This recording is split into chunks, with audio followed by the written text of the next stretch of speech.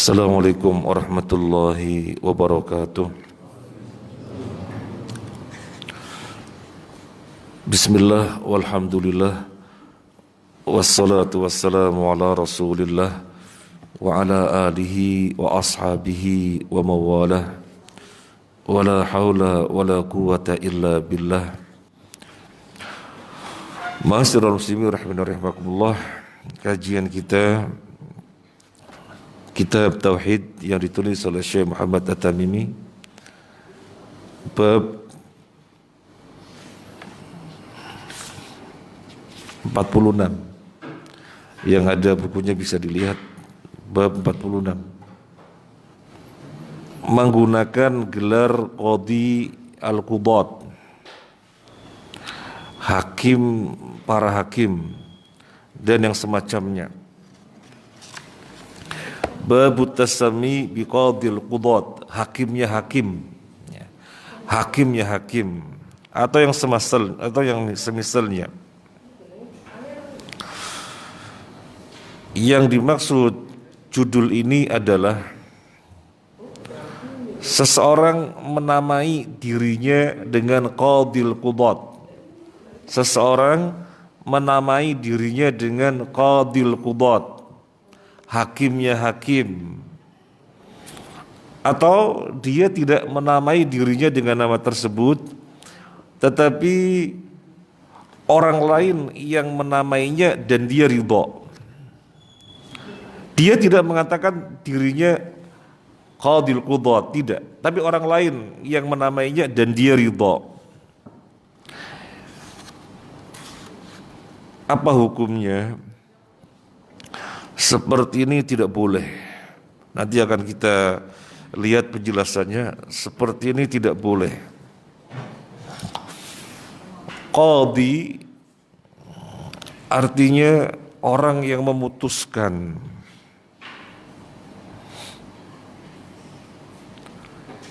Dan posisi qadhi, jabatan qadhi itu berkumpul pada dirinya 3 hal lengkap.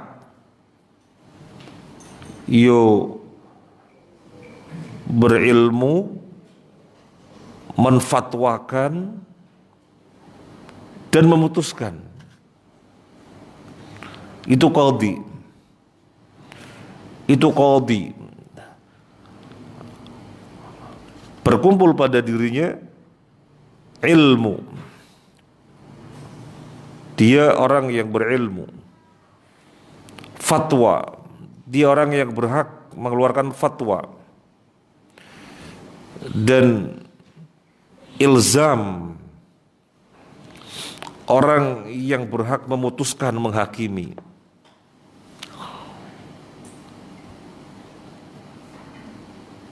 Kemudian kalau qadil qudat, qadhinya qadhi, maka berarti orang tersebut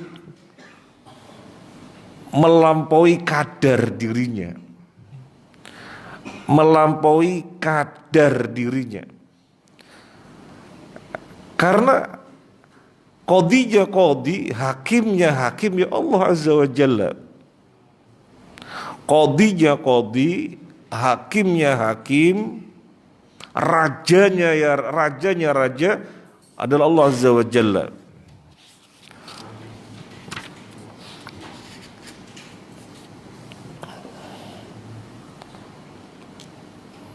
Lain dengan alim.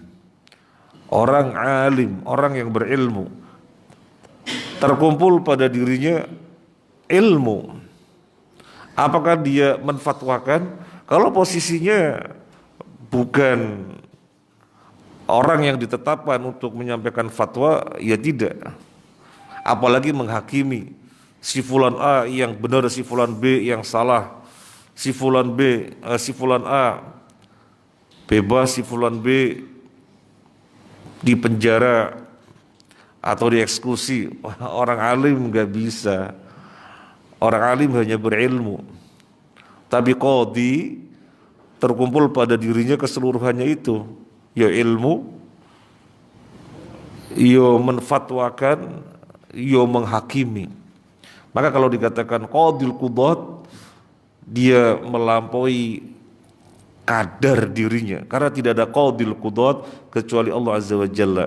Demikian pula hakimul hukam, hakimnya hakim, hakimnya hakim. Maka ini nama atau gelar melampaui kadar seseorang, jadi melampaui batas dari kadar dirinya. Termasuk juga Malikul Amlak, rajanya raja. Tidak ada rajanya raja kecuali Allah Azza wa Jalla. Di dalam surat Al-Fatihah kita membaca Maliki Yaumiddin, yang merajai hari kiamat. Banyak manusia di dunia sebagai raja atau dengan istilah presiden, tetapi rajanya raja Maliki Yaumiddin, yang merajai hari kiamat. Tidak ada raja Allah, yang mana nama tersebut atau gelar tersebut tidak ada yang berhak menyandangnya kecuali Allah Azza wa Jalla.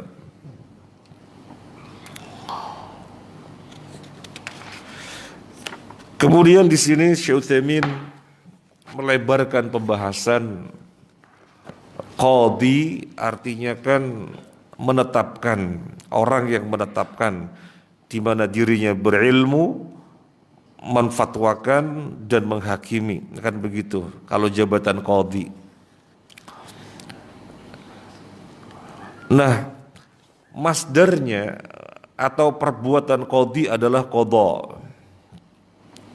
Syekh Utsaimin mengingatkan kita kembali bahwasanya ketetapan, yaitu ketetapan Allah, qadha ada dua, kauni dan syar'i.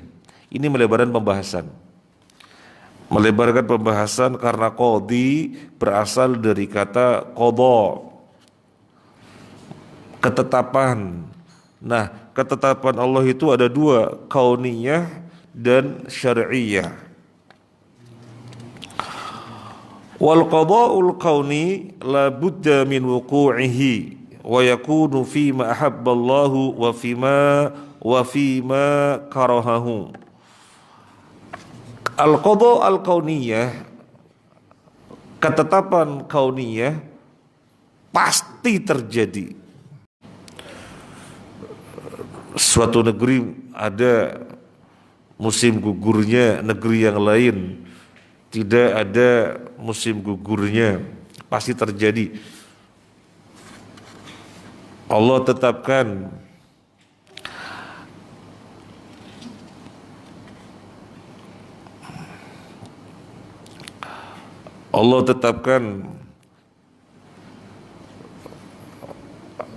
bahwasanya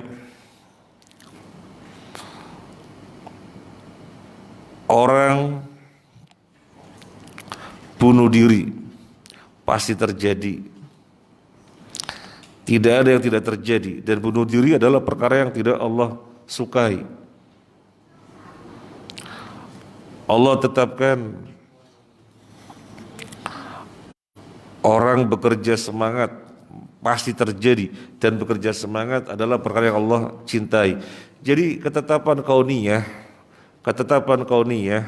ada kalanya terjadi, ada kalanya tidak terjadi.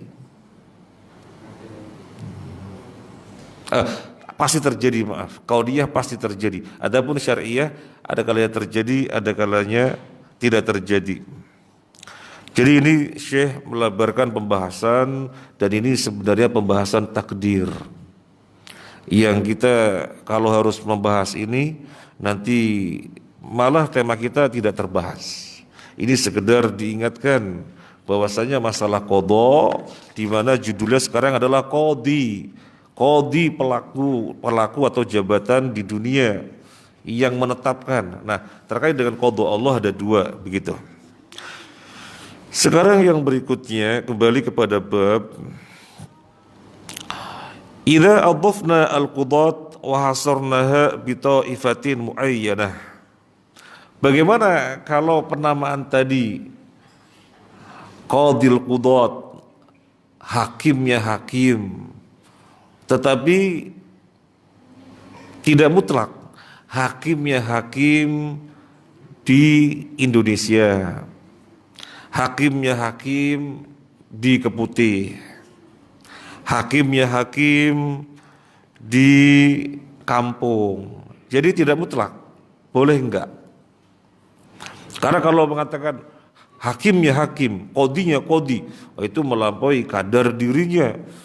Karena hakimnya hakim, qadinya qadi adalah Allah Azza wa Jalla. Nah sekarang pertanyaannya, bagaimana kalau ada takyidnya atau ada muqayyadnya? Ada muqayyadnya, hakimnya hakim di Keputih, hakimnya hakim di Medoan. Al-jawab hadza jaiz. Ini boleh, li'annahu quyida, karena tidak mutlak, tetapi terbatas pada wilayah tertentu. Wa ma'lumun anna qada Allahi la yataqayyad. Adapun kalau mutlak tidak boleh, karena itu berarti menyamai dengan Allah, di mana Allah di dalam sebagai hakimul hakim, qadil qudat, tidak ada batasan. Fahina idin la yakunu fihi musyarikatan lillahi azza wa jalla. Kenapa boleh? Karena tidak berarti berserikat dengan Allah, makanya boleh. Karena tidak ada makna berserikat dengan Allah, makanya boleh. Tetapi, ini ada tetapinya. Ala annahu la yanbahi aidan ayatasama al-insan aw yusamma bidzalika wa in kana jaizan. Sebaiknya jangan sampai ada orang menamai dirinya atau dinamai oleh orang lain dengan nama ini, dengan gelar ini. Lianna nafsa qad tas'ubu as-saytarah 'alaiha. Karena orang suka-suka merasa sulit di dalam menghadapi perkara-perkara sementara dirinya sudah kadung disebut hakimul hakim, qadil qudat, sudah kadung diberi gelar itu, padahal dirinya menghadapi perkara-perkara yang sulit, dan itu tidak jarang suka-suka mendapati perkara yang sulit sementara dirinya sudah disebut hakimul hakim. Nah makanya lebih baik jangan. Faqad ya'khudhul ijab bin nafsi wal gharur hatta la yaqbal al haq idza khalafa qawlahu. Dan penamaan ini juga meskipun boleh karena tidak ada makna mempersekutukan Allah, tetapi orang bisa ujub. Tapi orang bisa memandang dirinya hebat. Oh, saya digelari hakimul hakim di Keputih, saya digelari qadil qudat di Medoan. Meskipun boleh, tapi bisa menjadikan orang tersebut ujub, merasa hebat, yang akhirnya tidak mau menerima kebenaran ketika menyelisih pendapatnya. Nah ini kan bahaya. Soalnya sudah kadung memandang dirinya hebat, ujub, akhirnya kebenaran bisa tertolak gara-gara menyelisih pendapat dirinya. Wa hadhihi mas'alatun 'azimatun laha khaturuha idza wasalat al-insan ila al-i'jab. Ini adalah masalah yang besar kalau seseorang sudah ujub. Baik, jelas meskipun boleh, jadi dikatakan boleh dari sisi tidak ada makna mempersekutukan Allah. Tetapi tetap jangan sampai orang menamakan dirinya dengan gelar tersebut atau dinamai dengan gelar tersebut karena sisi-sisi bahaya yang lainnya. Kalau kemudian misalnya idza quyida bizaman, kalau tadi quyida bil makan, terikat atau dibatasi dengan tempat. Sekarang pertanyaannya bagaimana kalau dibatasi dengan zaman? Hakimul Hakim untuk 1 bulan ini, Qadil Qudat, hakimnya hakim untuk 1 pekan ini, boleh apa enggak?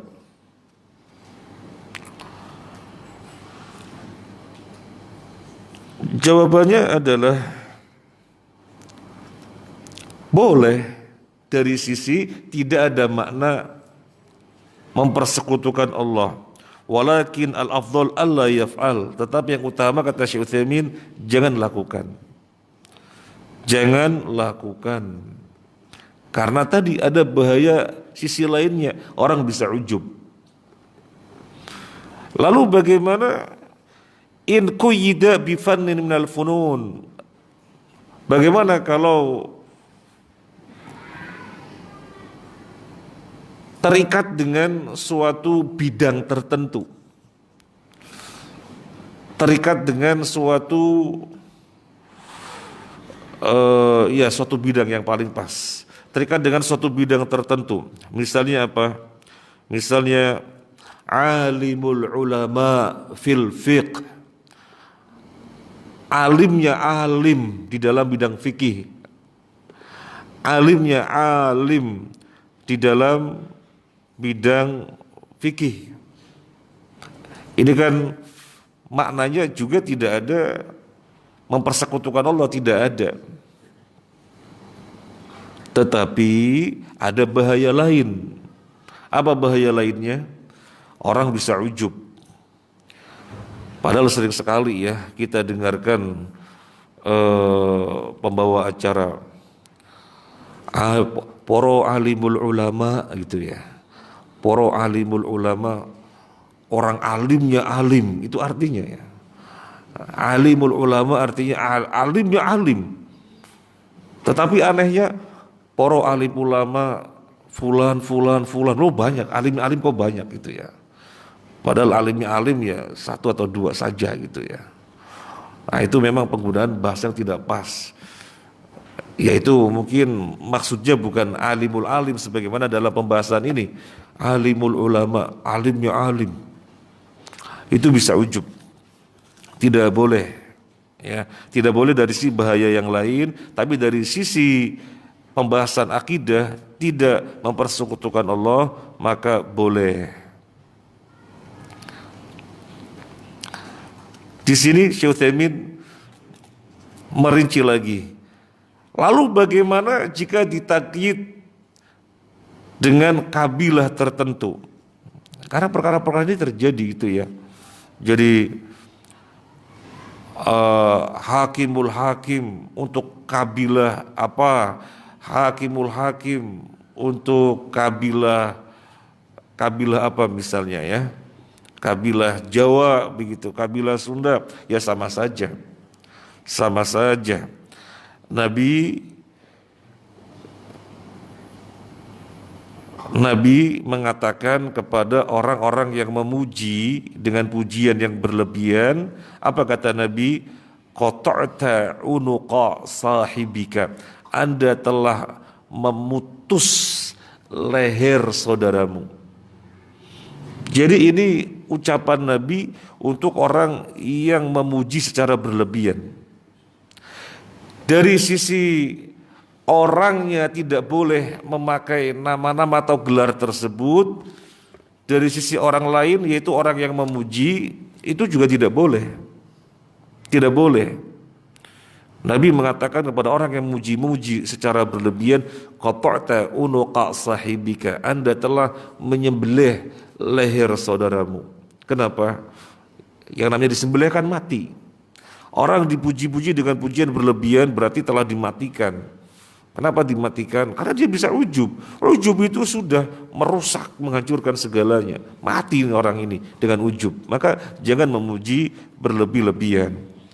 Makanya kita melihat videonya ketika Syekh bin Baz dipuji-puji oleh pembawa acara dengan puji-pujian selangit, Maka ketika sudah diberi kesempatan untuk menyampaikan atau pidato atau ceramah, beliau tidak langsung ceramah. Beliau menyayangkan kepada pembawa acara yang memuji-muji dirinya sedemikian rupa, dan jangan diulangi lagi. Ini Syekh bin Baz. Demikian pula Syekh Utsaimin. Suatu acara, pembawa acaranya memuji-muji alimul alim, faqihul fuqaha, orang alimnya alim, ahli fikihnya dari para ahli fikih dan yang lainnya. Maka ketika beliau sudah berkesempatan ceramah, juga beliau mengkritisi, jangan diulangi lagi. Demikian pula yang kita lihat di dalam video, siapa lagi yang sempat saya lihat begitu ya, sebenarnya tidak rela. Syekh Profesor Abdul Razak ketika di Stai Ali, beliau sangat tidak rela digitukan. Demikian pula Syekh Ali Hasan ketika di Malang, daurah di Batu, padahal tidak terlalu berlebih-lebihan memujinya, tapi beliau tetap tidak rela. Soalnya hal itu bisa menjadikan dirinya ujub. Kalau sisi pembahasan akidah tidak ada makna mempersekutukan Allah, maka boleh, tapi sisi yang lain sebaiknya jangan, karena bisa membahayakan. Sekarang bagaimana penamaan Syekhul Islam? Sekarang bagaimana penamaan Syekhul Islam? Wa amma tasammi bi Syekhul Islam mithlu ay yuqala Syekhul Islam Ibnu Taimiyah atau Syekhul Islam Muhammad Ibnu Abdul Wahhab. Karena kita biasa menyebut demikian, Syekhul Islam Ibnu Taimiyah, Syekhul Islam Muhammad Ibnu Abdul Wahhab, dan yang lainnya yang biasa disebut dengan Syekhul Islam. Annahu asy-syekh al-mutlaq alladhi yurja'u ilaihi al-Islam, fa hadha la yumkin ay yasiha inna Abu Bakar radhiyallahu an aqu bi hadzal wasf li'annahu afdalul khalqi ba'da nabiyyin sallallahu alaihi wasallam, walakin idza qasada biha al-wasf annahu jaddada fil Islam wa hasala atharun tayyib fi ad-difa' anhu fala ba'sa bi talaqihi. Syekhul Islam, di mana dia rujukannya permasalahan Islam. Syekhul Islam, di mana dia tempat kembali permasalahan Islam, maka tidak ada yang berhak dengan nama demikian kecuali Abu Bakar, karena dia orang terbaik setelah Nabi Sallallahu Alaihi Wasallam. Gak ada yang berhak dengan gelar tersebut.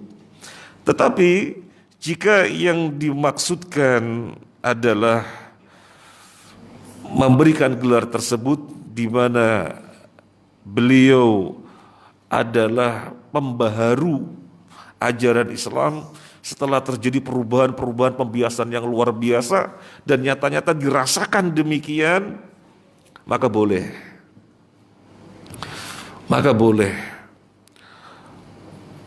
Sebelum Syekhul Islam Ibnu Taimiyah berdakwah atau berkiprah, fanatisme kepada madhab kayak apa? La haula wala quwata illa billah. Fanatisme kepada madhab itu sampai bermusuhan antara madhab yang satu dengan madhab yang lainnya, layaknya bermusuhan Islam dengan kafir.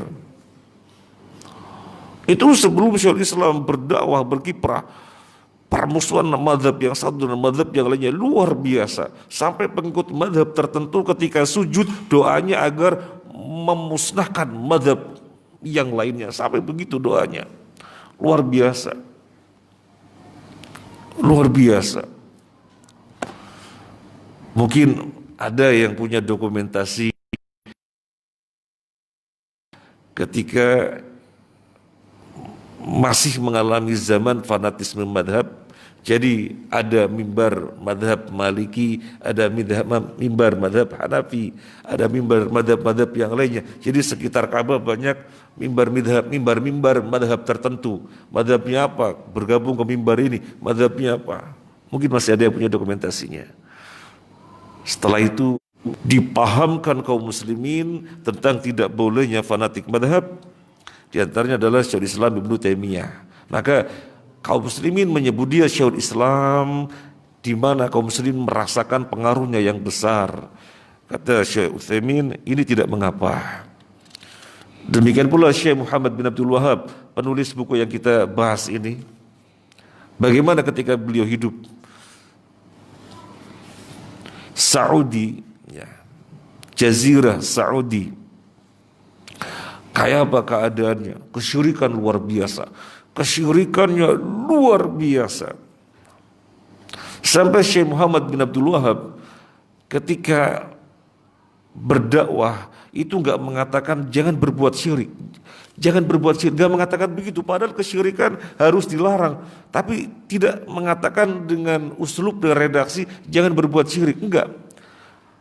Saking hati-hatinya, di mana perkara tersebut sangat akut, sangat mengkristal. Maka yang beliau katakan, Allah lebih baik daripada kuburan. Allah lebih baik daripada kuburan. Kenapa kalian berada di kuburan semacam ini, semedi, i'tikaf dan yang lainnya? Allah lebih baik daripada kuburan. Jadi gak mengatakan ini syirik, ini syirik. Saking hati-hatinya karena permasalahannya sangat akut. Itu zaman ketika beliau hidup. Yang kemudian bitaufik minallah bisa duet dengan raja. Akhirnya satunya menggerakkan roda kehidupan bernegara, satunya ngisi konten syariatnya, duet. Kemudian dihancurkan yang praktek-praktek kesyirikan. Termasuk ada kuburan Zaid bin Khattab. Zaid bin Khattab itu adiknya Umar bin Khattab.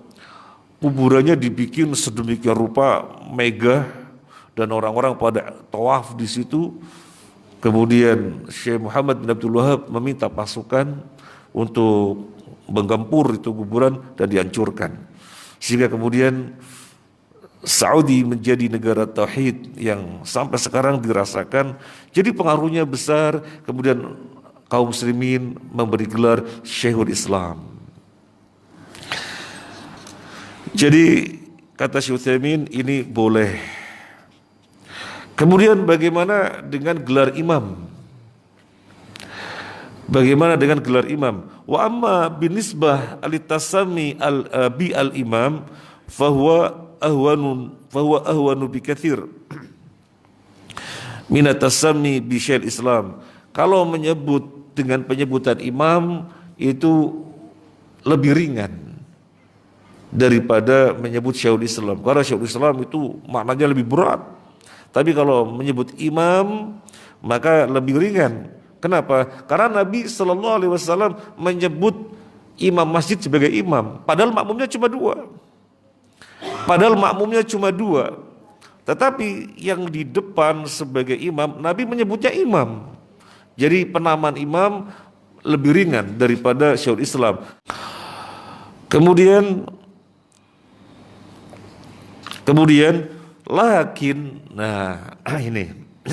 lakin yambahi ayunabbah annahu la yatasamah fi itlaqi kalimati imam illa ala man kana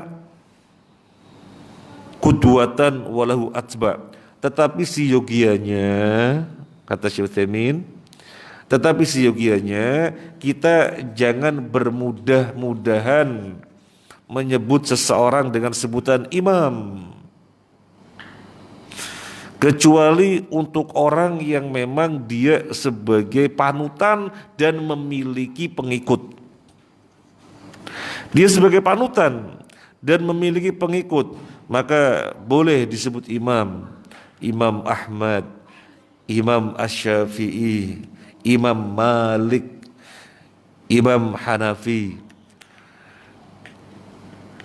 Al-Imam Ibnul Qayyim. Jadi sebaiknya penamaan imam adalah untuk orang-orang yang memang sebagai teladan dan memiliki pengikut. Meskipun lebih ringan menyebut imam karena imam masjid saja makmumnya cuma 2 orang disebut imam. Tetapi sebaiknya jangan bermudah-mudahan. Syekh Utsaimin menukil syair, alam tara anna sayfa yanqusu qadruhu idza qila inna sayfa amdha minal asab. Tidakkah kalian tahu bahwasanya pedang wibawanya berkurang? Pedang wibawanya berkurang gara-gara kamu mengatakan ini pedang lebih tajam daripada tongkat. Orang bilang ini pedang lebih tajam daripada tongkat. Ya memang betul, tapi ucapan semacam itu sesungguhnya menurunkan wibawanya pedang. Kok disamakan dengan tongkat gitu ya.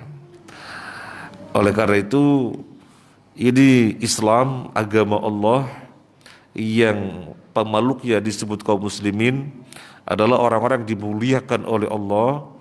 Maka agar jangan sampai turun kadarnya, pemuka-pemukanya yang disebut imam jangan sembarangan. Disebut imam, digelari imam adalah yang memang panutan dan memiliki pengikut. Itu yang dimaksud oleh Syekh Utsaimin. Bagaimana dengan gelar Hujjatul Islam? Karena mendengar juga ya Hujjatul Islam. Hujjatul Islam. Hujjatullah. Biasanya siapa memakai gelar-gelar Hujjatullah, Hujjatul Islam? Ayatullah. Ayatullah. Siapa? Syiah biasanya yang memakai Ayatullah, Hujjatullah, Hujjatul Islam. Fa innaha alqabun haditsatun la tanbahi.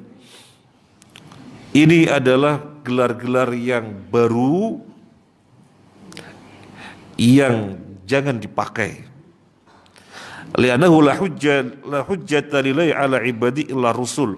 Karena tidak ada hujjah bagi Allah dari kalangan para hambanya selain para rasul. Tidak ada hujjah bagi Allah dari kalangan para hambanya kecuali para rasul. Para rasul Allah nyatakan sebagai hujjah. Rusulam mubasyirin, Allah kirim rasul sebagai mubasyirin dan mundzirin yang beri peringatan, li'alla yakuna linnasi 'alallahi hujjah ba'da rusul, agar tidak ada bagi manusia hujjah setelah diutusnya rasul. Jadi rasul itu sebagai hujjah. Maka tidak ada hujjahnya Allah dari kalangan para hambanya kecuali para rasul. Oleh karena itu jangan pakai nama Hujjatul Islam, Hujjatullah, Ayatullah, jangan. Semoga bermanfaat. Terima kasih. Mohon maaf atas hal-hal yang kurang berkenan. Subhanakallahumma wa bihamdika asyhadu an la ilaha illa anta astaghfiruka wa atubu ilaik. Assalamualaikum warahmatullahi wabarakatuh.